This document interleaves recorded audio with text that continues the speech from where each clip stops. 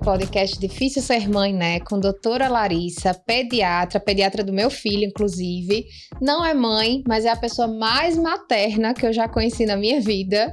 A doutora é pediatra especialista em sono infantil. Doutora, seja muito bem-vinda. É um prazer enorme ter você aqui. Muito obrigada pelo convite, fiquei muito lisonjeada. É um prazer estar aqui com você e poder ter esse momento pra gente bater esse papo sobre um assunto que eu amo, que é o maternar, embora não seja mãe ainda, mas é um assunto que eu amo e acho que a gente tem muita coisa para dividir com as mães que estão nos assistindo. Sim, vamos começar então com a nossa pergunta. Doutora, pela sua vivência no consultório, você acha que é difícil ser mãe? Eu acho que é muito difícil ser mãe. A maternidade, ela já vem com muitas cobranças, assim, inerentes.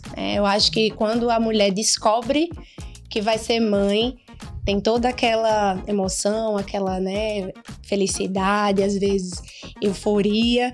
E aí, depois que a ficha começa a cair, eu acho que já começa a vir algumas culpas, algumas cobranças. E quando o bebê nasce realmente, aí tudo isso parece que potencializa. A própria sociedade impõe muito isso à mãe, né? Então, eu acho que a autocobrança torna o maternar, torna ser mãe mais difícil. Acho que é a parte mais difícil que eu tento trabalhar com as mães no consultório, a não se cobrarem tanto, a não se culparem tanto. A comparação também, eu digo que é o ladrão da felicidade, As mães acabam se comparando umas com as outras e acabam comparando muitas vezes os seus filhos. Então, isso gera frustração, isso gera quebra de expectativa, E a gente sabe que frustração, quebra de expectativa gera dor, gera sofrimento. Então, acho que é isso mesmo, que faz o ser mãe mais difícil, Porque o cuidar, o amamentar, o alimentar, colocar para dormir, esses cuidados, que a criança ela precisa no início, eu digo, para sobreviver, Esse primeiro papel é difícil? Sem dúvida, porque gera cansaço físico, cansaço mental, mas eu acho que o que realmente esgota a mãe é todo esse outro contexto que tem ao redor. E a gente está se constituindo, Assim, é uma nova parte nossa que vai nascendo, que a gente vai entendendo ao longo do processo. Muitos sentimentos novos, aquele serzinho ali totalmente dependente. Então, tem muita coisa no meio do caminho acontecendo, concomitante com a criança que está precisando o tempo todo 100% da gente, Então, sim. Uma das coisas que eu achei mais importante ele trazer aqui foi falar um pouco sobre a sua forma de consulta, o seu jeito, de nos atender maravilhoso. A sua consulta tem um formato mais afetivo, acolhedor, tem um tempo mais, de consulta, além do exame físico, você nos escuta. Como foi que você pensou nisso? O porquê desse atendimento diferente? Então, Camille, eu acho que foi uma coisa que foi sendo construída aos poucos. Eu comecei a fazer consultório, eu acho que como a maioria dos médicos começa, atendendo em clínicas onde o volume de atendimento é maior e, consequentemente, o tempo para esse atendimento é menor. E eu comecei a perceber que aquele tempo de atendimento, que eu já aumentei por conta própria, eu colocava assim meia hora, sendo que na verdade era me dado 15 minutos, 20 minutos, e eu aumentava, aquilo não era suficiente, porque eu queria dar mais atenção, eu queria ouvir mais o que aquelas mães tinham para falar, o que aquelas famílias tinham para falar, e eu não conseguia. E aquilo me deixava extremamente triste, culpada também, frustrada, porque eu sentia que eu não estava lhe dando o meu melhor e que eu sabia que poderia dar. E a partir disso, eu comecei realmente a idealizar a ida para um local onde eu pudesse dispor de mais tempo, pudesse oferecer uma consulta mais longa e pudesse dar essa atenção. Porque, assim, quando a mãe, você sabe, como mãe de paciente meu, quando a mãe vai para o consultório, muitas vezes ela não vai para falar diretamente sobre alguma coisa específica da criança, assim, alguma coisa errada, uma doença, mas muitas vezes ela vai para dividir uma preocupação, uma angústia, uma dúvida, aquela confusão de não saber como agir diante de certas situações, de se sentir perdida mesmo e querer um norte, querer alguém que direcione e mostre um caminho, mostre a luz no fim do túnel, muitas vezes, em situações que elas acham que não tem saída, ou que elas não são suficientes, que elas não são boas, que elas não são capazes. Então, tudo isso a gente precisa realmente dedicar tempo. E aí veio essa ideia de fazer essa consulta mais demorada, onde eu tivesse o tempo para fazer a parte técnica, que é o exame físico, avaliar de fato a criança, crescimento, desenvolvimento, mas que eu pudesse também ter tempo de bater um papo com a família e falar sobre sono, falar, né, de maneira mais detalhada sobre comportamento, que é uma coisa que eu vejo que as famílias vêm com muita sede de informação e muito desesperadas muitas vezes, principalmente quando começa a chegar ali em torno de 1 ano e meio, 2 anos, que o negócio começa a ficar mais pesado, né? A adolescência do bebê vai chegando e muitas vezes as famílias ficam sem norte. E aí deu super certo esse novo conceito, né? Foi muito bem aceito, inclusive grande parte dos pacientes que eu atendia nessa outra clínica me acompanharam para essa outra e estão comigo até hoje. Uma fase nova, né? Gostosa. Tô doida para levar Natan lá para conhecer o espaço novo, mas mesmo no espaço antigo as consultas já eram maravilhosas. Assim, eu tenho uma história realmente com a doutora Larissa, porque eu cheguei vindo de um outro profissional, cheguei com a candidíase mamária, com o Natan com muita dificuldade no sono, e às vezes a gente se preocupa muito com questões físicas da criança, com a amamentação de forma correta, mas a gente esquece que o emocional da mãe, que o bebê tá ali sentindo tudo, né? Ele tá sentindo, e pra gente entregar o nosso melhor, pra gente conseguir relaxar, acalmar ele, a gente precisa estar bem. E muitas vezes os cuidados são muito voltados pro bebê, e as pessoas, a rede de apoio que tá ao nosso redor, não enxerga o quanto a gente precisa que alguém só diga, tá tudo bem, dê o que é possível, faça o que é possível. Isso. Eu acho que uma das coisas para mim mais marcantes na consulta, como psicóloga e como mãe, assim, porque foi uma verdadeira psicóloga para mim. Foi a forma em como tudo que eu tentava fazer o melhor possível, e às vezes parecia que eu tô fazendo errado, como é que eu não consigo fazer aquilo dali? Como você chegava, olhava e dizia, mas tá tudo bem, né? Assim, você tá tentando, talvez seja a hora, vamos pensar por isso aqui, ou parava e escutava, só escutava. Acho que assim, só o fato de acolher e da gente poder ser um pouco protagonista também ali, porque é um momento tão delicado na nossa vida, né? Sim. E o quanto, gente, isso é uma coisa muito importante, o quanto a saúde mental tá ligada à saúde física. Eu fiz uma consultoria do sono, que a gente vai falar um pouquinho mais depois sobre sono, né, infantil, e como só o fato de escutar a doutora Larissa, a orientação que ela nos deu, né, a mim e a Rafael Pai e Natan, como aquele acolhimento da gente olhar com calma para esses cuidados e a gente perceber o quanto o nosso emocional também estava interferindo ali, como isso tudo é muito rico, né? As pessoas às vezes se perdem de achar só o que o físico, vamos lá examinar, isso aqui é importante. Né? Sim, e infelizmente muitas vezes acaba sendo o foco, porque se tem aquela imagem de que o médico ele cuida do físico, ele cuida da doença, ele tá ali para tratar. Eu sou muito da filosofia do médico como como alguém que está ali para promover a saúde e não apenas para tratar as doenças. Então, o nosso papel é prevenir. Sim. O nosso papel é educar em saúde, é mostrar para a família o que ela pode fazer para tentar evitar que essas doenças cheguem. Quando a doença chegar, estaremos preparados para tratar também.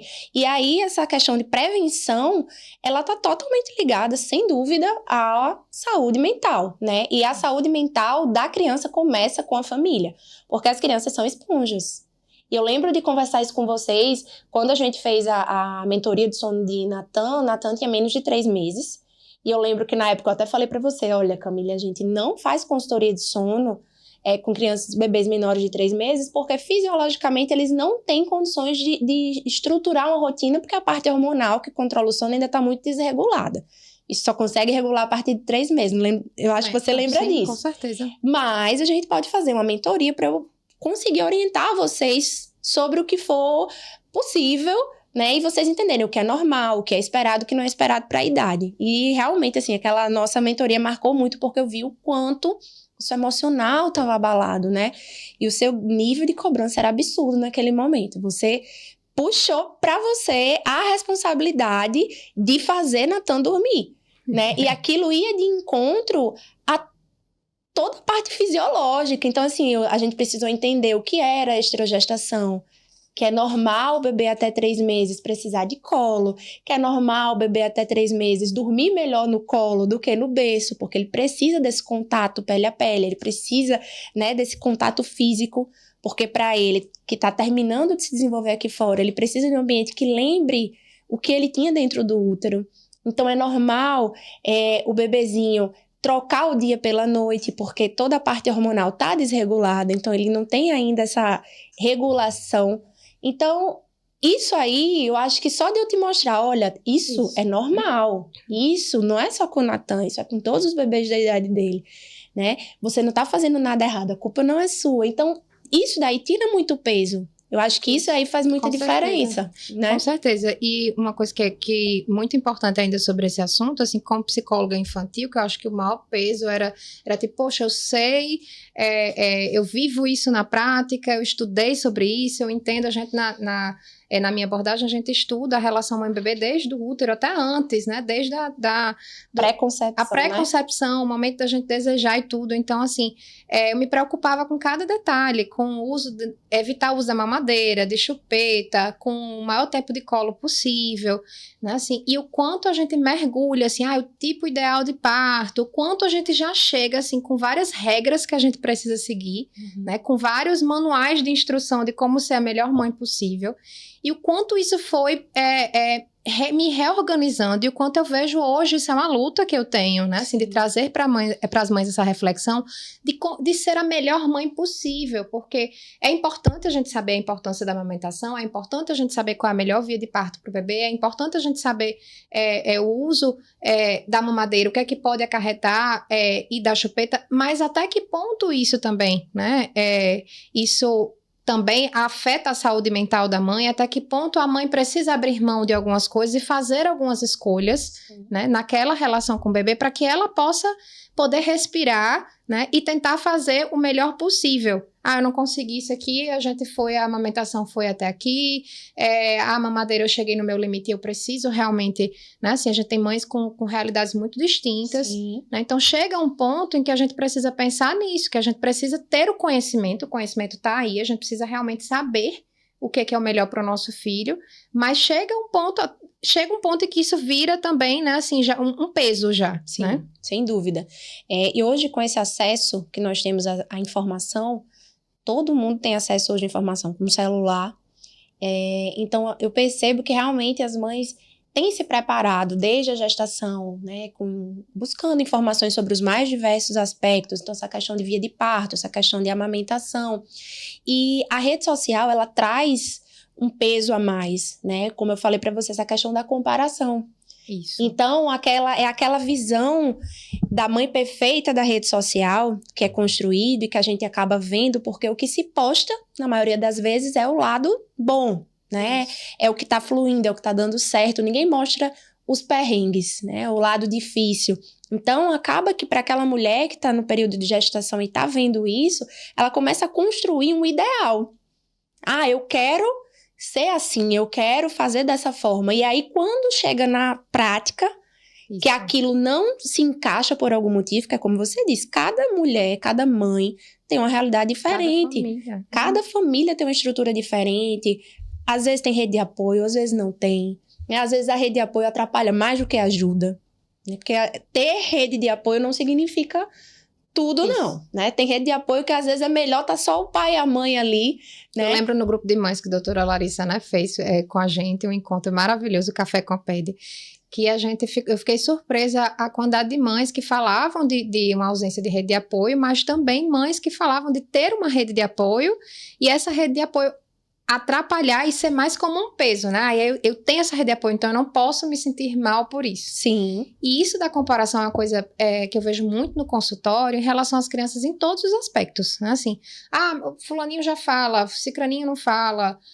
Eu lembro que, assim, teve algumas coisas, Natan, por exemplo, em relação à fala, aconteceu muito cedo não, né? Assim, mas a maioria das outras crianças que a gente tinha convivência não falavam ainda da mesma idade que ele, e aí tinha essa coisa dessa comparação, e eu via que as mães, até a gente às vezes brincando num cantinho com ele, chegava num espaço de brincar e a mãe falava, mas o meu não fala. Eu disse, gente, mas é normal, né? Assim, algumas coisas eu via de desenvolvimento motor nele que ele atrasou um pouco mais, mas outras ele já estava mais lá na frente. Então, o quanto existe isso, as redes sociais, os grupos às vezes de mães, né? Mães, exatamente. Então, eu vejo no consultório, Camille, mas o meu filho ainda não lê, mas o meu filho, assim, gente, mas existe, assim, tem até os marcos de desenvolvimento, né, que são muito importantes importantes para a gente estar atento, é uma questão de saúde, claro, mas como é importante a gente refletir também sobre a gente ter o cuidado de respeitar o tempo da criança, né? Isso. Essa questão, né, que a gente fala muito, que cada criança tem seu tempo, eu até sou bem cuidadosa em relação a essa frase, porque às vezes ela pode ser mal interpretada. Quando a gente fala que cada criança tem seu tempo, não é uma coisa aberta, não é aquela coisa assim, que a gente vai esperar até a criança desenvolver alguma coisa. Quando a gente fala de marcos de desenvolvimento, nós temos faixas temporais, né? Então, idades mínimas, que geralmente pode acontecer algum marco, e idades máximas, digamos assim. O que é esse máximo? É até onde a gente pode esperar para precisar investigar, para pensar em investigar se tem alguma coisa errada. Claro que tem criança que vai até passar um pouquinho daquele tempo ali que a gente espera, por exemplo, que a criança ande ali até 1 ano e meio no máximo, mas 1 ano e 3 meses, 1 ano e 4 meses já é para estar andando, né? Então a gente espera mais um pouquinho, às vezes até 1 ano e meio. Tem criança que anda com 9 meses. Então, assim, não tem um certo e um errado. Dentro dessa faixa, tá normal. Aí a gente espera o tempo da criança dentro dessas faixas de normalidade. Então, eu não posso querer que porque o filho da minha amiga andou com 9 meses, o meu filho também ande. Ou que eu comece a pressionar e tentar forçar um desenvolvimento para equiparar o meu filho a outra criança. Isso às vezes até atrasa mais, né? Atrasa porque mais. Eu vejo que os marcos, assim, fases de desenvolvimento que deveriam ser leves da criança, ela desejar, porque é natural dela ela querer se desenvolver, ela desejar alcançar novos passos, né? Então, assim, é natural deles. E aí, quando aquela coisa se torna pesada, tem aquela coisa do tipo, vamos andar. Uma cobrança. Porque existe uma diferença entre a gente estimular e a gente pressionar. Sim. Porque uma coisa é você tá naturalmente brincando, tenta colocar um pouquinho assim, outro coloca naquela posição, né? Faz o tummy time. Então, tem os estímulos, tem aquela coisa do tipo, vamos lá, fulaninho, não rola. Tem que rolar. Assim, eu vi mães numa ansiedade enorme. Eu conheci mães numa ansiedade enorme porque a criança ele não tá se levantando, ele não sei o quê. E assim, muito antes do que era esperado, né? Até mesmo. E até cheguei a ver uma situação que você falou em relação ao andar, de uma criança que você via que ela tinha o desejo, mas tinha uma pressão tão grande, né? Assim, tinha assim, vamos lá, agora você vai andar. E colocava assim que, às vezes, fazia com que a criança ficasse até assustada. Com medo, né? Insegura. Exatamente. E isso daí é muito comum. E justamente por isso que eu te falei, a questão do acesso à informação. Porque antes, se você for pensar, alguns anos atrás, eu nem coloco muitos anos, mas assim, antes dessa facilidade de acesso à informação, existia. Os pais não tinham tanto conhecimento sobre, com que idade é para fazer isso, com que idade é para fazer aquilo. Geralmente quem dava essa informação era o pediatra. Então chegava naquele tempo, a criança não tinha atingido algum marco, o pediatra sinalizava. Ou então se fosse uma coisa muito óbvia, falar, né, andar. Mas mesmo assim, tinha essa questão de esperar o tempo de cada criança, né? Então, com essa questão das redes sociais, essa cobrança aumentou muito, muito mesmo, pela comparação, né? E aí, realmente, os pais ficam naquela pilha de querer pressionar o filho. Isso daí eu vejo muito no consultório. E é uma questão de autonomia também, né, doutora? Assim, a gente pensar que a criança, ela precisa se sentir pronta para dar esse próximo passo, né? Então, eu estou vivenciando isso com o Natan, com 2 anos, a questão do desfraude. Algumas crianças ao redor, ou na escola, ou na família, já fizeram esse movimento de começar a tirar a fralda e tudo, e aí às vezes é uma avó, é um tio, é um amigo que chega e faz, mas você não vai colocar no pinico não? E assim, eu já sinto, a gente precisa observar os sinais de desfraude, a gente precisa sentir a disponibilidade da criança, e Natan sempre foi muito acelerado, né, assim, ele bateu todos os marcos, né, antes até, muitas coisas foram até antes do esperado, mas a gente sempre, assim, é muito tranquilo a gente entender que a gente não vai ficar, a gente tá lá, né, assim, o espaço foi colocado para ele, tem o piniquinho, tem o assento, mas ele vai sentir qual é a hora, então naturalmente ele pede às vezes ele não pede, então a gente apresenta, a gente conta, eu já li um livrinho para ele, mas eu respeito o tempo dele, porque não adianta a gente tentar acelerar, porque sim, pode ser que se a gente incentivar a criança demais, se a gente pressionar demais, pode ser que ela faça um desfraude, mas a que ponto, que marco vai ficar para ela, desse momento de autonomia, e isso não é só com desfraude, é com tudo, é com fala, é com escrita, é com leitura, né? A que ponto a gente deseja que os nossos filhos, eles atinjam esses marcos, né? A gente precisa que eles se evoluam, que eles desejem naturalmente, que eles sintam que cada processo deles, eles possam viver de forma tranquila, e não como um trauma, como algo que precisa ser forçado, né? Sim, e muitas vezes, nessa insistência, a gente acaba desenvolvendo até transtornos de ansiedade nas crianças. Cada vez mais cedo a gente tem observado isso, né? Você, como psicóloga, pode falar muito melhor do que eu, mas muitas vezes essas coisas, essas alterações, esses transtornos são observados primeiramente no consultório do pediatra, e muitas vezes o pediatra que faz esse encaminhamento para o psicólogo, né? Então, eu tenho visto realmente as crianças, geralmente as que chegam maiorzinhas já para mim, as que eu consigo acompanhar do nascimento, a gente tem toda aquela conversa, todo aquele preparo todos os meses, né, sobre o desenvolvimento. Então, assim, até aqui, graças a Deus, a gente tem conseguido juntos levar de uma maneira que não tenho observado essas crianças desenvolvendo nenhum transtorno de ansiedade. Mas os que já chegaram para mim maiores, ou seja, com a bagagem, né, e às vezes falta de informação dos pais, ou então falta de um profissional realmente que orientasse, né, o que fazer, como conduzir em cada fase. A gente vê, por exemplo, crianças que desenvolveram constipação funcional ou que têm infecções urinárias de repetição porque foram forçadas ao desfraude, num momento que não é nem que ela estava preparada em relação o tempo, tá confortável, mas preparada do ponto de vista neurológico. Porque Sim. O desfraude, ele precisa acontecer, não é só quando a criança ela está preparada, quando ela aceita aquela nova rotina, digamos assim, ela precisa estar preparada fisiologicamente, neurologicamente, ela tem que conseguir fazer o controle dos esfíncteres, né? Então, quando a criança chega nessa etapa de conseguir controlar os esfíncteres, o que é que ela consegue? Como é que ela consegue mostrar isso para os pais? Anunciando que quer fazer xixi ou cocô. Eu digo que a criança, ela tá pronta para o desfraude quando ela tem noção do presente, passado e futuro. Então, presente é quando ela fala, mamãe, xixi. Você vai ver, ela tá fazendo xixi naquele momento. Passado é quando ela diz, mamãe, xixi. Você vê, ela já fez. E o futuro é quando ela diz, mamãe, xixi. Você olha, ele nem fez, nem tá fazendo. E daqui a pouco vai fazer. Então, ele já consegue ter um controle, né? Então, quando os pais têm a tranquilidade de esperar esse desenvolvimento neurológico acontecer, claro que você já pode, como você está fazendo, ler historinha, mostrar, né, o piniquinho, o mictório para os meninos, que é bem legal. Tem o que é o do sapinho, né, que é uma coisa bem lúdica. Eu digo muito que tudo que envolve o lúdico é muito mais fácil para a gente conseguir as coisas com as crianças, né? Claro que você já começa a fazer isso, mas é tudo de maneira muito leve. E aí a criança, quando estiver pronta, com todo esse aparato, com toda essa estrutura já montada, vai fluir muito mais fácil. Por isso que eu fico muito revoltada com escola que quer impor desfraude. E eu digo, esse é um critério que você tem que olhar quando for escolher a escola.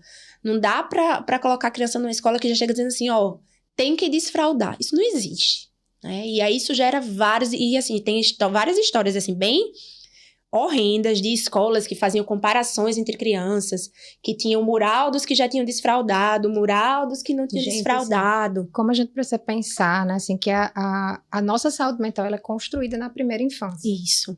Então, hoje em dia a gente já não pensa, antigamente a gente pensava em psicoterapia, hoje a gente pensava em saúde mental como uma coisa assim, quando chegavam os sintomas, né? Hoje em dia a gente precisa pensar como uma questão realmente de prevenção, de profilaxia. A gente já vive numa sociedade muito ansiogênica. Sim. A gente já tem uma cobrança por essas referências, né, das redes sociais muito grande. Então, a gente precisa cuidar com muito mais amor dos nossos filhos hoje, respeitar muito mais o tempo deles. Né? Exatamente. Então, me assusta essa necessidade de acelerar os processos, os passos, né, de fazer a criança crescer logo. Para atingir as expectativas dos adultos. Isso, para atingir... Perfeito, assim, para atingir as expectativas dos adultos, né, assim...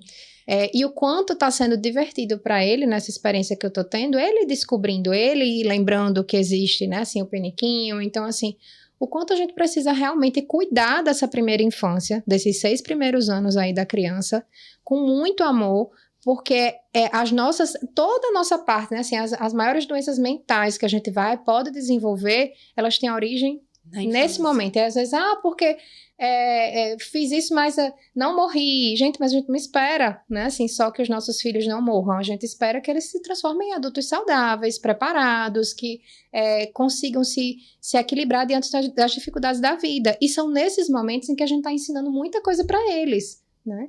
E uma das coisas mais importantes, que eu enfatizo muito nas consultas e converso muito com os pais, é que os filhos, eles precisam sentir que os pais estão ali com eles, né? Independente da situação. Então, a criança tá ali no processo de desfraldo, fez o xixi no chão.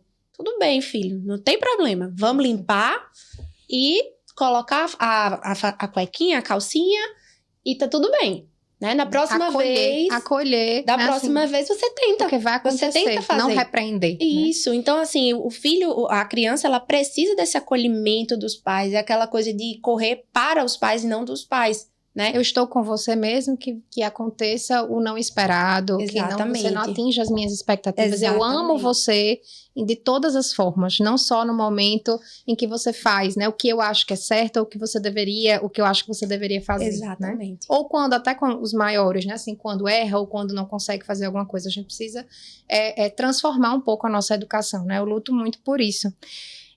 Você é especialista do sono, né? A gente falou no início também um pouquinho sobre essa história, que foi muito importante, a gente, assim, do ritual do sono, porque para mim a consultoria do sono foi um ritual para mim também, como ir me acalmando, como ir organizando o ambiente para eles, né, assim, e uma coisa que eu lembro que me marcou muito foi isso da família poder atender realmente, se voltar para a criança nesse momento, porque às vezes tem um bebê em casa, aí vamos receber visita, vamos na hora que a gente já sabe, porque cada criança vai tendo os seus sinais, né? Sim.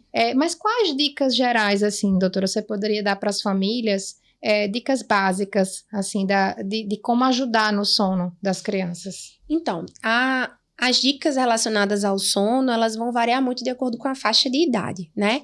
Mas, de maneira geral, em relação aos bebezinhos, por exemplo, que eu acho que é o maior foco, eu acho que realmente é a faixa de idade que os pais têm mais dificuldade com essa questão do sono, eu falo que desde que nasce é tentar estabelecer uma boa rotina.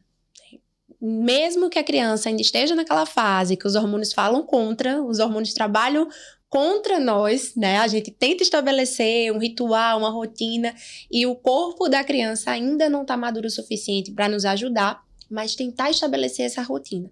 Quando eu digo rotina, não é aquela coisa amarrada de horário, porque isso também gera muita ansiedade. Sim. Eu vejo que muitas vezes algumas mães, né, estudam sobre sono e já chegam para mim, doutor, eu tô fazendo tudo direitinho, tal hora é o banho, tal hora é aquilo, e fica aquela coisa muito engessada, e isso gera muita ansiedade para a mãe também. Então eu digo, rotina não tem a ver com horário fixo, tem a ver com sequência. Porque o bebê, ele precisa de previsibilidade. Ele precisa entender qual a sequência de atividades que vai acontecendo ao longo do dia dele, porque aquilo gera relaxamento, né? A gente pensa que a gente subestima. Mas é só um bebê. Mas eles entendem. A rotina, ela começa a ser estabelecida e a criança começa a assimilar. Então, quando a gente consegue, por exemplo, associar o banho no ritual de sono, a gente começa a perceber que muitas vezes a criança, ela entra no banho, ela já dá aquela relaxada, já entende. Não, até hoje o banho é mágico, porque é o momento dele relaxar, da água descendo, e a gente deixa os brinquedinhos ali, sem fazer muito barulho, assim, brincando, já cantando, ele já vai. Eu lembro que a questão da rotina foi uma coisa que até hoje mudou. É fundamental. Então, a rotina é tudo, né? Assim, pra criança. Todos nós, né? Precisamos de rotina. Faz bem pra todos nós. Mas pra criança que tá nessa fase de entender onde é que ela tá, acabou de sair da barriga, né? Do útero, que era um ambiente que não tinha variações. Era mais ou menos a mesma temperatura, o mesmo grau de luminosidade, de ruídos. E aí vem pra um ambiente que daqui a pouco passa uma moto na rua, que daqui a pouco vem alguém e liga uma luz na cara, que daqui a pouco vem alguém e tira do braço da mãe, ou tira, entendeu, do berço. Então, são muitos estímulos. É importante a gente tentar respeitar isso também. Então, soneca, gente, é no escuro. É no escuro. Vai ter gente que vai dizer, não, o bebê tem que dormir de manhã no claro, que é para ele poder entender o que é dia e noite. A gente ensina para uma criança, para um bebê, o que é dia e noite quando ele está acordado. quando o olho está aberto. Ele vai entender que é dia olhando para a luminosidade de dia e vai entender que é noite com a pouca luminosidade. Daí a casa precisa também entrar no ritmo da criança. Então, isso que você falou é muito verdade, porque muita gente diz assim, não, o bebê que tem que se adaptar à rotina da casa. Gente, não tem como. Não tem como. É como eu falei, uma criança que acabou de sair de um ambiente que ela passou ali 9 meses, né, 40 semanas, onde não tinha variação de nada, praticamente. Quantas transições acontecem, né? Transição de luminosidade, o meio aquoso que ele fica ali, de repente começa a respirar, ele está se acostumando a viver fora da mãe, passa não sei quantos meses para ele poder se dar conta que ele não está mais dentro da mãe, né? Exatamente. E assim, é toque, tudo isso irrita o bebê, estressa o bebê, porque são estímulos. Então, não é ele... É uma sensação de invasão, né? Uma invasão não é ele constante. Que tem que se adaptar, a gente que tem que ajudá-lo nessa transição. E daí a importância dos pais entenderem e aprenderem sobre a esterogestação. Isso faz toda a diferença. Então, quando a gente começa a fazer coisas com o bebê para aproximar esse meio externo do que ele vivia lá dentro da barriga, as coisas começam a fluir mais fáceis, né? Então, essa questão de soneca no escuro faz muita diferença. Estabelecer uma boa rotina desde o início. Então, tentar dar o banho sempre no mesmo horário, ali por volta do mesmo horário. Eu sempre oriento a vincular o banho ao ritual do sono, porque o bebê já relaxa. Depois de um mês que o bebê já pode tomar vários banhos ao dia, se precisar, vincular as sonecas. Então, aquele banhozinho rápido, eu digo que é o chuá, molha, só para a criança já dar aquela relaxada e tirar a sonequinha, né? O ritual do sono é muito importante, e aí o ritual é uma sequência de atividades que a gente precisa manter a mesma sequência, né? Então, assim, não é horário, repito, mas sequência. Então, se começa com banho, depois a gente coloca a roupinha, faz uma massagenzinha com hidratante, né? Já deixa a luminosidade do quarto baixa, já pode botar ali o ruído branco, ou então uma playlistzinha ali de canção de niná, que sempre seja a mesma, para a criança associar, né? E aí coloca o pijaminha e vai pro peito, por exemplo. Então, sempre essa sequência, porque a criança já vai relaxando, ela já sabe o que vai acontecer depois. E você sabe, já vai ali amolecendo, fechando o olhinho, é um negócio impressionante. E assim, depois a gente foi associando, por exemplo, a leitura, né? E aí, durante um bom tempo, agora Nathan tá numa fase, né, da adolescência do bebê, ele tá resistindo um pouco mais, testando um pouco mais, mas por muitas vezes ele já se levanta, pega o livrinho, faz a mãe, livrinho, a gente já senta para ler, ele já sabe a sequência, ele já sabe aquilo ali, ele já gosta, já é um momento prazeroso, né, que a gente tá ali com qualidade de presença mesmo. A gente ter muito cuidado com a questão do celular no mesmo ambiente que do bebê, né? Assim, tudo isso eles já estão absorvendo ali de alguma forma, né? E o que você acha, doutora, sobre essa coisa de deixar a criança chorando? Essas treinadoras do sono. Pois é. Quando eu fiz o curso na pandemia, eu fiz o curso de consultoria de sono, né? Fiz na pandemia, acho que foi uma época que todo mundo acabou investindo muito, né? Nos cursos e tal. E eu via o sono como um tema que realmente os pais traziam muito, e eu não sabia muito bem como conduzir, porque não é algo que a gente aprende na faculdade, não é algo que a gente aprende na residência de pediatria, não existe nada voltado para isso, como se fosse uma coisa que não fosse importante, né? Pois é. E é muito importante. Eu vejo que às vezes as famílias estão desestruturadas por causa de um bebê, de uma criança que não dorme bem. Mexe com toda a estrutura familiar, com o casamento, mexe com... Eu atendi um paciente que, assim, estava afetando, inclusive, o irmão, porque os pais estavam tão estressados, né, com o fato de não dormirem, privação de sono, que acabavam não tendo tanto tempo pro outro filho, entendeu? Então, assim, você vê que é uma coisa que começa a afetar direto ou indiretamente toda a família. Então, como é que um ponto tão importante não é valorizado na parte acadêmica? E aí eu decidi aprofundar. E, assim, realmente, a gente vê muito essa questão do treinamento do sono, né? Muita gente que se auto-intitula consultor, né? E aí ensina realmente a deixar o bebê chorar. Então, assim, quando eu fiz essa consultoria, a ênfase era em disciplina positiva. Então, isso me atraiu. Porque eu não queria ensinar ninguém a deixar o seu filho chorando, né? Então, quando a gente vai falar de mudança de rotina, né, de estruturar uma nova rotina para aquela criança, para mudar o padrão do sono, a gente explica para os pais que com certeza vai haver choro em algumas situações. Porque o choro é uma maneira da criança demonstrar que está frustrada, demonstrar que está não está sendo agradada de alguma forma, né? Que está desconfortável com aquela situação. Então, o que é que a gente vai fazer? Não tem como a gente evitar que o choro aconteça, porque muitas vezes é a forma da criança se comunicar. Mas o que é que a gente pode fazer? Acolher esse choro. Então, você não vai deixar essa criança chorando sozinha no berço sem um acolhimento. Ah, mas deixa que uma hora ela para. De fato, ela vai parar.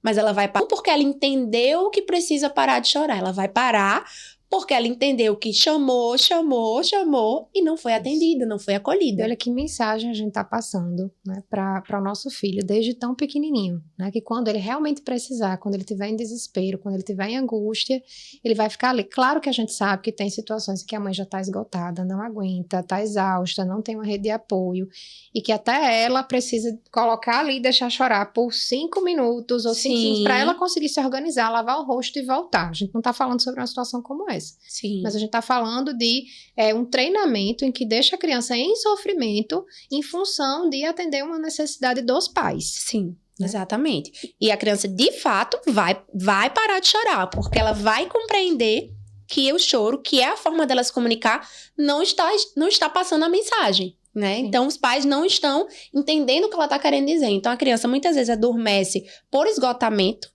Então, ela chora tanto, se desgasta tanto que ela chega no ponto de esgotamento físico mesmo e adormece.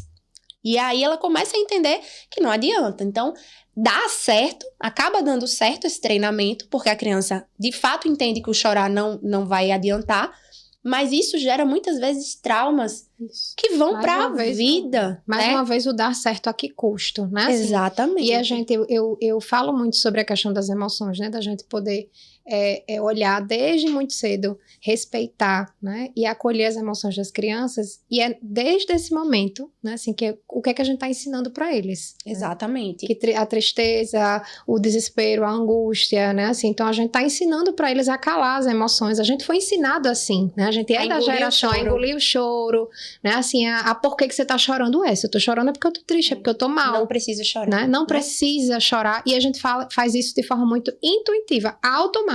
Né?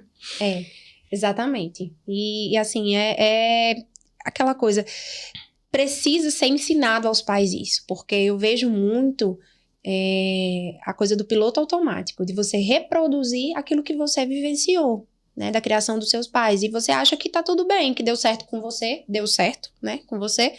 E aí você tá numa geração completamente diferente, né? Assim, com outras necessidades. Exatamente. E uma pergunta muito pedida, que é a questão da imunidade. Como é que a gente pode aumentar a imunidade das crianças? Então, essa questão da imunidade... Como se tivesse uma receita bem prática, né? Eu acho que é a pergunta que todos os pais fizeram ou vão fazer um dia, né? Quando chega aquela fase de desespero, que entra na escola, que começa uma virose atrás da outra. Eu acho que todo pai, em algum momento, faz essa pergunta para o pediatra. E a minha resposta, eu acho que frustra. Porque não tem, assim, o remédio da imunidade. Vamos fazer tal vitamina. Isso aí seria perfeito, né? A imunidade é construída, como tudo na vida, né? E tudo começa lá do início, né? Então... a amamentação é um fator de proteção para a imunidade. A gente sabe que por vários motivos muitas mães não conseguem, não podem ou não querem amamentar, e tudo bem. Então também elas não precisam se sentir culpadas. Meu filho está adoecendo porque eu não amamentei. Mas é um fator a mais de proteção, sim. Depois da introdução alimentar, a questão da alimentação saudável, né? Rica em alimentos naturais, aquela história do descascar mais e desembalar menos, né? Então isso daí faz muita diferença.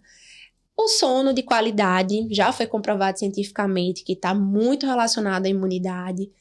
A vitamina S, né, de sujeira, que é importante. A criança não está dentro da bolha, ela precisa brincar, ela precisa se sujar, ela precisa ter contato com areia, com grama, ir para o parquinho. Enfim, assim também se constrói a imunidade. As vacinas. Então, respeitar o calendário de vacinação aqui no Brasil é uma das coisas que realmente a gente vê que funciona, né? Na saúde, a campanha, o calendário de imunização. Então, temos aí disponíveis muitas vacinas. Eu acho que é o melhor do mundo hoje, é o nosso aqui. E basicamente, adoecer também acaba sendo uma forma, né? Então, assim, não tem como fugir disso. Então, eu digo muito, olha, essa fase vai passar, dessas viroses uma atrás da outra. E ter pet ajuda. Ajuda, com certeza, com certeza. Que é um mito, né? Exatamente. Que muitas vezes os avós condenam quando chega o bebê que tem que tirar o bichinho de dentro de casa. E pelo contrário, tem muitos estudos aí que mostram também que crianças que convivem com pets, claro, que os pets que têm ter toda aquela... o cuidado, vacinação, né? Tá tudo em ordem, tudo direitinho. Pelo contrário, realmente as crianças que têm esse contato próximo têm uma imunidade mais desenvolvida também. Ok, doutora, muito obrigada pela sua participação. Que papo gostoso. Me senti lá no consultório, a gente conversando, trocando ideias, todas as perguntas que a gente já, né, de alguma forma conversou por lá também. Você queria deixar alguma mensagem para as mães das crianças que estão nos assistindo? Eu queria deixar a mensagem, acho que foi o que eu mais falei lá no nosso encontro, né, no Café com a PED, que as mães entendam, né, que elas estão fazendo o seu melhor. Elas estão sendo as melhores mães possíveis, né? Mães reais. Não busquem ideais de perfeição. Não existe mãe perfeita, não existe ninguém perfeito, né? Então, deixar a culpa de lado, deixar a comparação de lado, viver a sua maternidade e entender que o seu filho, para ele, você é melhor e vai ser sempre.